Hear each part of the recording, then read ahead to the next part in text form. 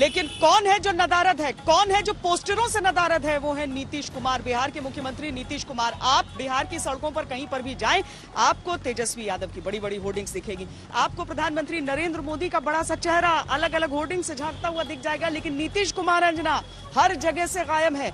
Hoardings में कम से कम नहीं, हाँ वो चलते फिरते पोस्टर्स उनके जरूर नजर आ जाते हैं उन गाड़ियों में, लेकिन इन पोस्टर्स में जहां पर एक संयुक्त सरकार अपने लिए वोट मांग रही है, वहां पर प्रधानमंत्री के साथ नीतीश कुमार की तस्वीर नहीं है।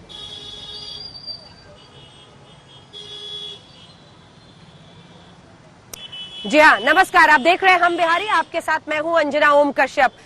बात नीतीश कुमार के पोस्टर से गायब होने की होगी, लेकिन उससे पहले अपने दर्शकों को बता दें कि आज पहले दौर के मतदान के लिए जो 28 नवंबर को होना है, 28 अक्टूबर को होना है, उसके लिए चुनाव प्रचार थम चुका है। यानी समझिए कि किस तरह आज राजनीतिक पार्टियों ने अपनी पूरी ताकत, पूरा दमखम झोंक दिया है। लेकिन आज सबसे ज्यादा बवाल अगर किसी मुद्दे पर उठा है तो वो यही कि प्रधानमंत्री नरेंद्र मोदी नीतीश कुमार के लिए वोट मांग रहे हैं। चुनाव प्रचार हो रहा है नीतीश कुमार की सरकार फिर से बनाने के लिए एनडीए में, लेकिन उन्हीं की फोटो पोस्टर से गायब है।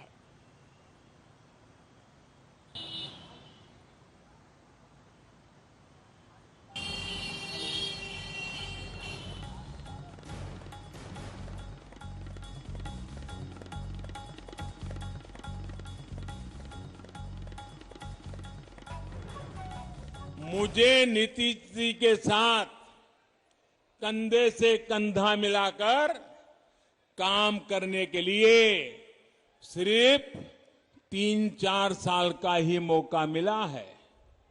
बाकी तो यूपीए के साथ संघर्ष करने में बिहार का टाइम गया है। लेकिन इन 3-4 वर्षों में भी कहीं पर 3-4 गुना काम किया, कहीं पर 5 गुना तेजी से काम किया गया है।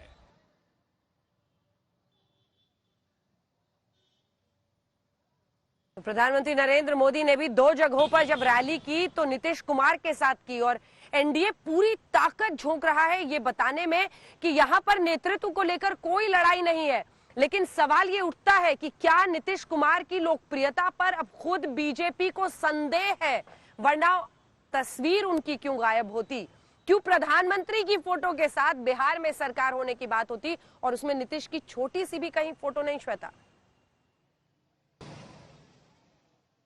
नहीं सही में अंजना, क्योंकि प्रधानमंत्री नरेंद्र मोदी की जो तस्वीरें हैं और होर्डिंग्स हम पूरे बिहार में देख रहे हैं, आप भी देख रही हैं, मैं भी देख रही हूं, उसमें भारतीय जनता पार्टी ही आपका भरोसा है करके लिखा रहता है, उसमें एनडीए का जिक्र कहीं पर नहीं आता। लेकिन हाँ, ये भी बात थोड़ी अजीब सी है, संशय तो नहीं है बीजेपी के अंदर किसी भी तरीके से, क्योंकि प्रधानमंत्री की ये बात हमने सुनाई ही कि किस तरीके से उन्होंने कहा है, और ये भी कहा कि अभी तो रिश्ता 3-3.5 साल का ही रहा है, उससे पहले से हम काम नहीं करते रहते हैं, जो डबल इंजन वाली बात भी उन्होंने कही थी। और सिर्फ प्रधानमंत्री नहीं, भारतीय जनता पार्टी के अध्यक्ष जेपी नड्डा ने भी यही बात कही थी। नीतीश कुमार को लेकर कोई संशय नहीं है, वो भी सुना देते हैं उनकी बात का हिस्सा। कुछ लोग चुनाव में षड्यंत्र करते हैं, वो चाहते हैं कि हमारे बीच में सेंध लगे, नीतीश कुमार जी को भला बुरा बोलेंगे और मोदी जी की तारीफ करेंगे। याद रखना, एनडीए एक है, भारतीय जनता पार्टी, जदयू, हम और वीआईपी पार्टी, यही भारतीय जनता पार्टी, यही एनडीए है, इसको हमको समझना पड़ेगा। तो जेपी नड्डा भी ये बता रहे हैं कि नीतीश कुमार ही हमारे नेता हैं, और ये बात हर बीजेपी का, जितने भी आप शीर्षस्थ नेताओं से इंटरव्यू कर लीजिए, वो सब आपको यकीन दिलाएंगे, भरोसा दिलाएंगे कि नीतीश कुमार ही हमारे नेता है, वही मुख्यमंत्री बनेंगे। बल्कि जेपी नड्डा से तो इंटरव्यू में भी मैंने श्वेता ये बात 2-3 बार अलग अलग तरीके से पूछी कि अगर आप बड़ी पार्टी बन जाते हैं, अगर आप में और जेडीयू में 30-40 सीटों का फासला होता है, तब क्या आप दूसरे चेहरे पर विचार कर सकते हैं? हर बार लेकिन वो साफ और स्पष्ट ये कहते थे, बल्कि कहिए कि कहते हुए थकते नहीं थे कि नहीं, नीतीश कुमार ही हमारे नेता है, वही हमारे मुख्यमंत्री बनेंगे। हाँ, क्योंकि अगर हम आसार की भी बात कर लेना तो पिछले चुनाव के नतीजे सब देख लेते हैं कि चलिए उस समय जब महागठबंधन था तब जेडीयू की कितनी सीटें आई थी और उसके मुकाबले आरजेडी की कितनी, और फिर भी मुख्यमंत्री नीतीश कुमार बने थे। लेकिन बीजेपी में कोई खुलकर इस पर बोल नहीं रहा है, खुलकर बोल नहीं रहा है, या सचमुच में जो जुबान पर है वही दिल में है, ये चीजें तो धीरे धीरे ही पता चलेंगी। लेकिन ये देखिए कि कांग्रेस पार्टी को तो मौका मिला ना, कांग्रेस पार्टी को मौका मिल गया है कि वो अपनी तरफ से सीधे तौर पर ये कटाक्ष कर रहे हैं कि कहीं ऐसा तो नहीं है कि भारतीय जनता पार्टी सोच रही हो कि अगर नीतीश का चेहरा लगाकर लड़ लिए तो हार जाए। राजीव शुक्ला क्या कह रहे हैं वो सुन लेते हैं। बीजेपी ने नीतीश कुमार का पोस्टर फोटो अपने उससे गायब कर दिया, क्योंकि उनको लग रहा है कि नीतीश कुमार की वजह शायद वो ना उनकी सीटें न कम हो जाए या उन्हें हार जाए।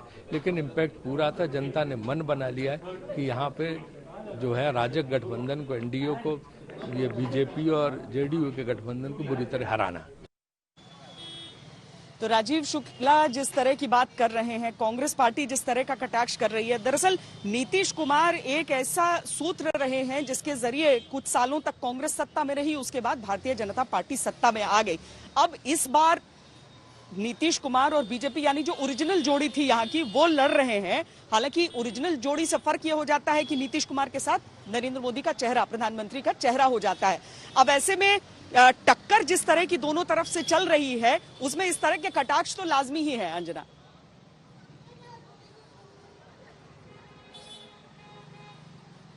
बिल्कुल, लेकिन सबसे ज्यादा अगर इस बार आप देखिए तो चर्चा में तेजस्वी यादव अपने तरफ से प्रचार कर रहे हैं, नीतीश कुमार है और उनके लिए पूरी बीजेपी की बैटरी है जो इस वक्त प्रचार कर रही है एनडीए के लिए। लेकिन एक शख्स ऐसा चिराग पासवान जो नीतीश पहले एनडीए का हिस्सा थे और अब इतने आक्रामक हो गए हैं, बल्कि डबल डोज आक्रामकता के साथ वो नीतीश कुमार पर प्रहार कर रहे हैं। आज तो उन्होंने जो बात कह दी उसको लेकर खूब बवाल है और गुस्सा है, तमतमाए हुए नीतीश कुमार।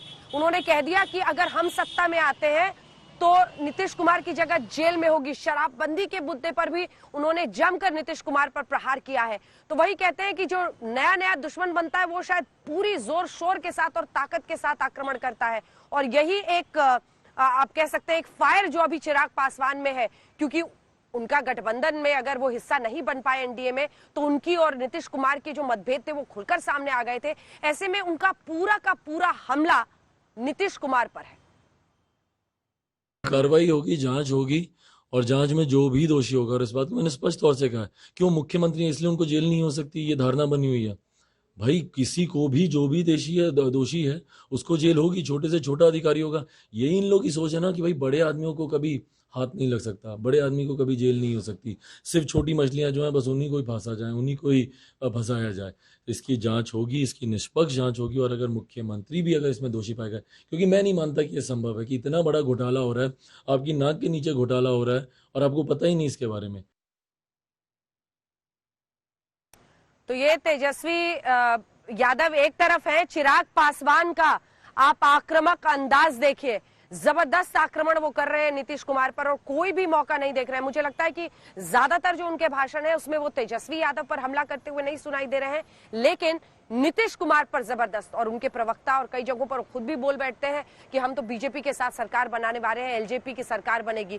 कुल मिलाकर एक स्टेट ऑफ कंफ्यूजन जो एलजेपी को लेकर एग्जिस्ट कर रहा है वो अपनी जगह है। लेकिन दूसरी तरफ श्वेता ये भी इंटरेस्टिंग है कि इधर ये दोनों ही तेजस्वी यादव, चिराग पासवान हमलावर है और नीतीश कुमार तमतमाए हुए कई रैलियों में दिखाई देते हैं। नीतीश कुमार का गुस्सा किस वजह से है? क्या वो इस बात को लेकर नाराज हैं कि वो भी इस बात को का एहसास कर रहे हैं कि भारतीय जनता पार्टी के पोस्टर से वो गायब हैं? क्या उन्हें ऐसा लग रहा है कि सबके आक्रमण पर जो सबका अटैक का जो केंद्र है वो नीतीश कुमार ही हैं, यानी कि एलजेपी छोड़कर गई, नीतीश कुमार के ऊपर उंगली उठाई, तेजस्वी यादव तो सबसे ज्यादा आक्रामक उन पर रहते हैं और उन्हें कहीं ना कहीं ऐसा तो नहीं कि आशंकाएं हैं, कुछ शंका है, कुछ शक है भारतीय जनता पार्टी की मंशा पर, चूंकि इसी चीज को भुनाने के लिए सारी विपक्षी पार्टियां भी कोई ना कोई बात करती रहती हैं। अंजना, ये गुस्सा, वरना चुनाव के मौसम में तो जो अमूमन नेता होते हैं वो ज्यादा मिलनसार हो जाते हैं, खुशहाल हो जाते हैं, लोगों से बातचीत करते रहते हैं, कोई अगर दो बुरे शब्द भी बोल देता है तो उसके बाद भी वो हंसकर सुन लेते हैं, पर वो मिलनसार वाला भाव तो बहुत दूर की बात है। यहाँ पर तो गुस्सा नजर आ रहा है। अंजना,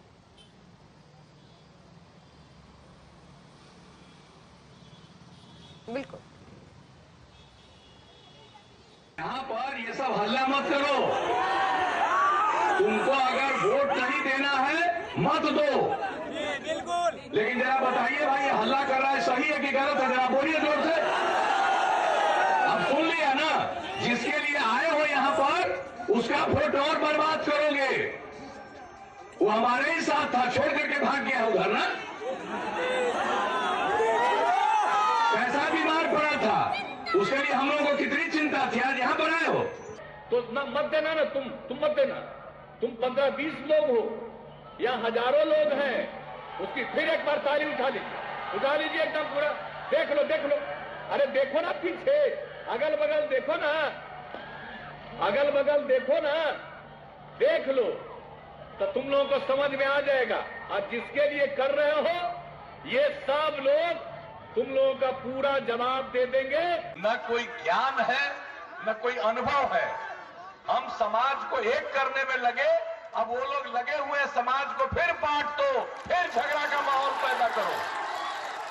आप लोग देख रहे हो, आप लोगों को कोई यहां कुछ नहीं करेगा। हो तुम 8-10 आदमी और यहां हजारों लोग हैं, कोई तुमको कुछ नहीं करेंगे। कि अगर कुछ थोड़ा भी करेंगे तो तुमको लाभ मिलेगा। तो ये जान लो यहां पर।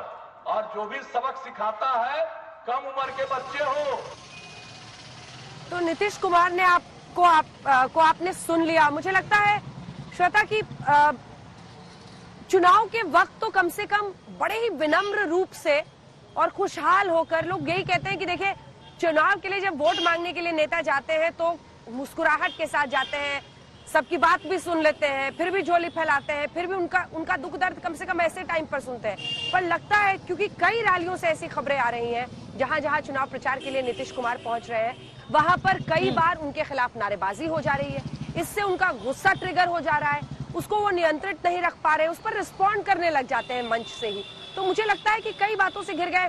और अगर हम शुद्ध राजनीति में इसको आके भी, तो बात सिर्फ इतनी है कि देखिए, जो लड़का तेजस्वी की उम्र, तो नीतीश कुमार, लालू प्रसाद यादव, ये सब समकालीन थे एक वक्त राजनीति में, जो उन्होंने किया था यहीं पास के गांधी मैदान से। लेकिन अब उनके बेटे आए हैं चुनावी मैदान में उनके खिलाफ दहाड़ने, और वो तेजस्वी यादव की रैलियों में लोगों का जुटना, ये तमाम रिपोर्ट्स उन तक जा रही होगी।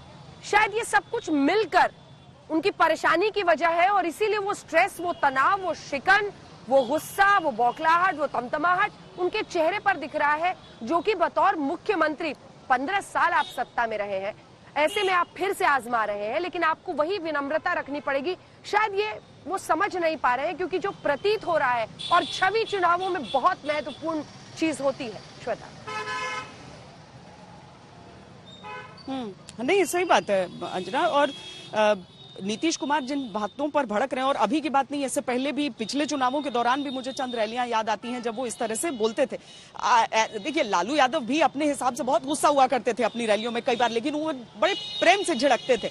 अब राजनीति में क्या चलता है, क्या नहीं चल पाता है, वो राजनेता जाने कि क्या सचमुच में इसका असर होगा उनके जो अपने समर्थक हैं रैली में, जो उन लड़कों के पीछे खड़ी भीड़ रही होगी। लेकिन ये सोच लेना कि नहीं, ये तो फला पार्टी के समर्थक हैं, वो आए हैं सिर्फ मुझे घेरने के लिए। एक राजनेता होने के नाते अगर आपको मालूम भी रहता है कि ऐसा कुछ चल रहा है, तब भी आप उसे डील करने का तरीका थोड़ा पॉलिटिकल होता है। लेकिन यहाँ पर वो दिखा नहीं। लेकिन वो ज्यादा बड़े स्टेट्समैन है अंजना, आपसे हमसे वो जानेंगे, हम लोग पत्रकार ठहरे, हो सकता है उनकी अपनी कोई सोच हो इसके पीछे। लेकिन अंजना, आज मैं आपको और अपने सभी जो इस समय दर्शक देख रहे हैं, उन सबको अपने गांव लिए चलना चाहती हूँ, क्योंकि अपने गांव की तस्वीरों के साथ मैं ये दिखाना चाहती थी कि क्या बिहार बदला, क्या उस समय जो बिहार था, आज जो बिहार है, जो कुएं से पानी भरने वाला बिहार, आज क्या नल से जल पा रहा है जो कि वादा कर दिया जाता है, क्या किसानों को वो मदद मिल रही है। तो ये गांव है महुआ में, नाम है निजमा। ये रिपोर्ट दिखाती हूं मैं।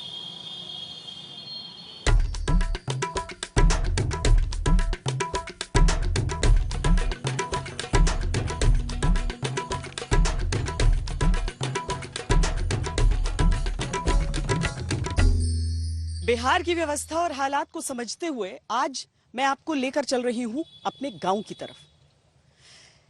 जिला है वैशाली, लेकिन अगर हम सीट के हिसाब से देखें, लोकसभा सीट के हिसाब से, तो हाजीपुर के अंतर्गत पड़ने वाली विधानसभा सीट है महुआ का इलाका, और गांव का नाम निजमा।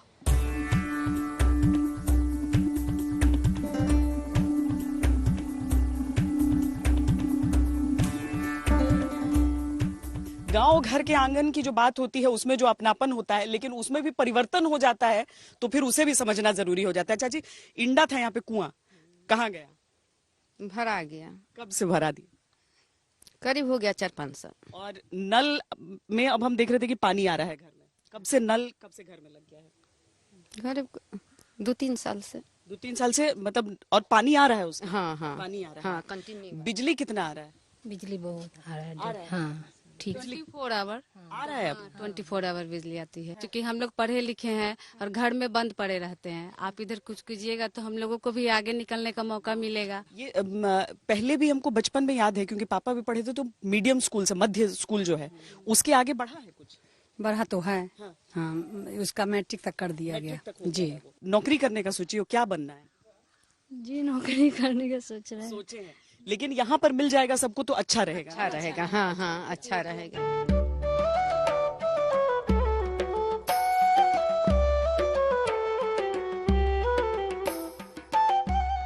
कहाँ से पढ़ी है? मेरा इग्नू से है। इग्नू से है, ओपन यूनिवर्सिटी से। की अब क्या कर रही है? अब अभी तो सिविल सर्विस का तैयारी कर रहा है। का तैयारी। तुम्हारा? मेरा ग्रेजुएशन हो गया है। क्या करना है आगे? टीचर बनना है। टीचर बनना है, किस सब्जेक्ट का? सोशियोलॉजी। सोशियोलॉजी का सोच रही है। मेरा 12th हो गया। 12th हो गया है? जी। अब क्या करना है उसके बाद? अभी तो बीए करेंगे उसके बाद। तुम किस क्लास में हो? मैं तो 7th में हूँ। 7th में हो। तुम क्या करोगी? यूपीएससी का करूँगी। अच्छा, तुमको आईएएस ऑफिसर बनना? हाँ हाँ।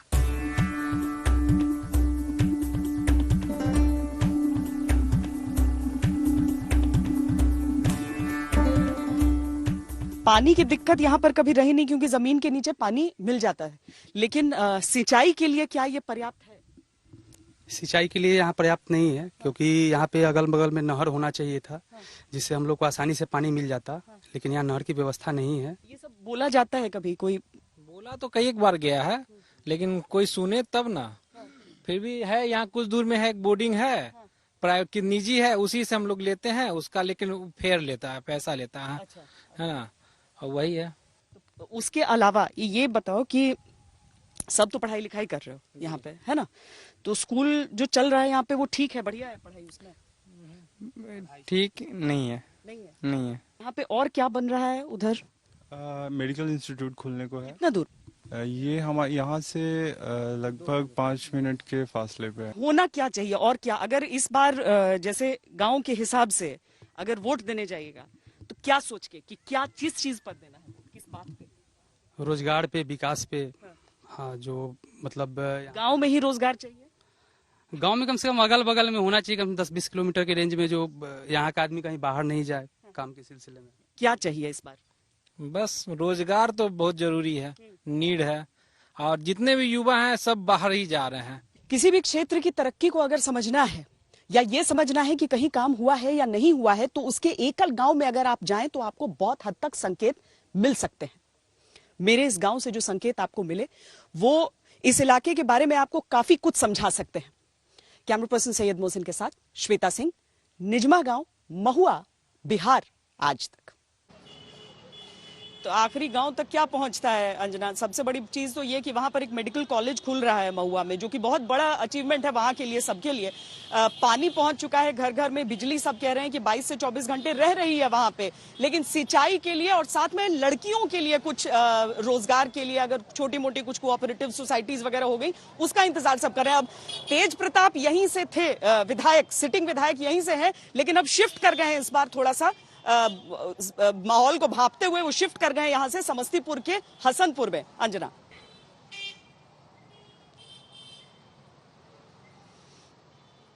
बिल्कुल। और देखिए, गांव के मद्देनजर आप देखिए तो मैं भी अपने गांव गई और वहां पर आरा में हम लोगों ने शो किया, तो वो पूरा इलाका बड़ा अच्छा तो लगता है, क्योंकि मेरे लिए हम लोग बच्चे थे जब वहां पिछली बार गए थे, और पिता भी चूंकि मेरे सर्विसेज में रहे, आर्मी में रहे, तो हम लोग हर जगह ट्रैवल करते रहे और बहुत कम ही मौका लग पाता था।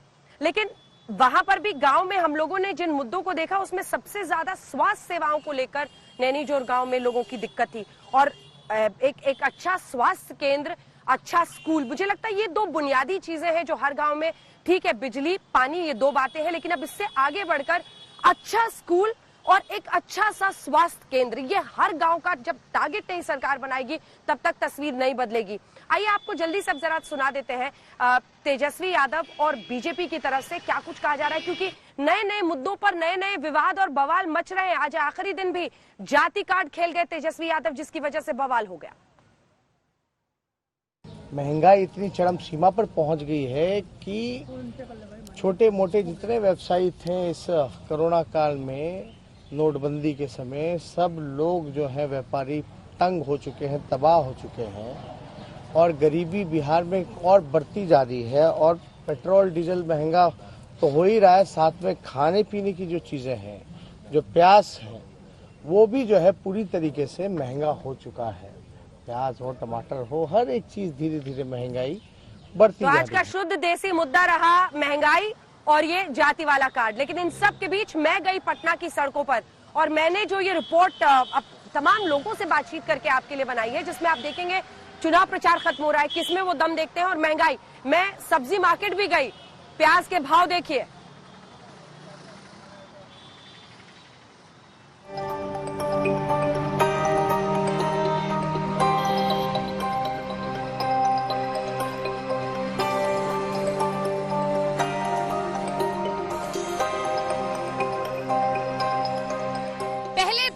मतदान के पहले आज चुनाव प्रचार का आखिरी दिन है और हम मौजूद हैं बिहार चुनाव में, आज बिहार की राजधानी पटना में। और पटना में हम मौजूद हैं उस गांधी मैदान के सामने जिसने बिहार में राजनीतिक चेतना, राजनीतिक आंदोलन के केंद्र के रूप में अपनी पहचान बनाई। सामने जेपी की प्रतिमा है। जेपी आंदोलन से लेकर बिहार की राजनीति के तमाम दिग्गज, चाहे वो लालू प्रसाद यादव हो, चाहे वो नीतीश कुमार हो, इन सब की राजनीति की शुरुआत और आगे की लकीर इसी गांधी मैदान के जरिए आगे बढ़ी है। लेकिन आज पहले दौर के मतदान से पहले चुनाव प्रचार का खत्म हो रहा है। आइए पटना की जनता से ये जानते हैं, ये समझने की कोशिश करते हैं कि आखिर वो तमाम मुद्दों पर क्या सोचते हैं, किस पर है उनका भरोसा।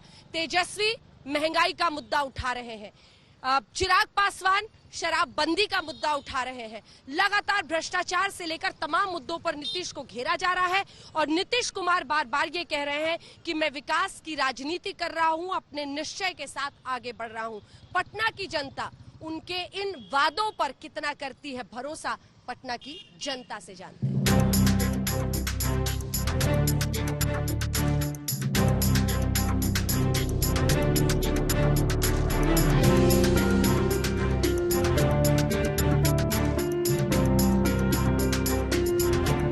कितना में प्याज बेच रहे हैं? 70 रुपए किलो। 70 रुपए किलो। पहले कितना था? कल पहले था 40 रुपए। ये कितने दिन से ये दाम बढ़ा है? 1 महीना से। आप लोग को क्या लगता है महंगाई मुद्दा है? तो भूखे मर रहे हैं, अब क्या महंगाई होगा? 3000 महीना मिलता है, अब 5000 खर्चे है, तो हमने के खाएंगे कैसे? महंगाई प्रभावित कर ही रही है, सेंट्रल गवर्नमेंट भी कुछ सोच नहीं रही है। महंगा क्या, आसमान छू रहा है, सब्जी महंगा है, बहुत महंगा है। प्याज का क्या हाल है? प्याज का तो बहुत बुरा हाल है। बाकी हरी सब्जी, गोभी, फूल गोभी, सबका वही हाल है। आज का माने 50 रुपए से कम कोई सब्जी नहीं है। अभी दाम कब से बढ़ा हुआ है दाम? मतलब 1 महीने से। भिंडी आप देख लीजिए 100 रुपए किलो है। बहुत महंगा सब्जी है, बहुत महंगा। प्याज तो 50 रुपए किलो है। क्या महंगाई इस बार इशू है? हाँ इशू है, इशू तो है बहुत महंगाई, क्योंकि जो आप लोग ये सब्जी खरीदने आए थे? जी मैम, जैसा कि देख रहे हैं अभी आलू का दाम इतना बढ़ गया, प्याज का दाम भी बहुत बढ़ गया। दाम तो बढ़ ही गया, आलू महंगा हो ही गया है। आलू प्याज सब सब्जी महंगा है, आम आदमी का जीना दूभर हो है। क्या पहले से दाम बढ़ा है, क्या हुआ? दाम बहुत ज्यादा बढ़ गया। क्या कौन सी सबसे महंगी कौन सी सब्जी लिया? सबसे महंगी भी प्याज है।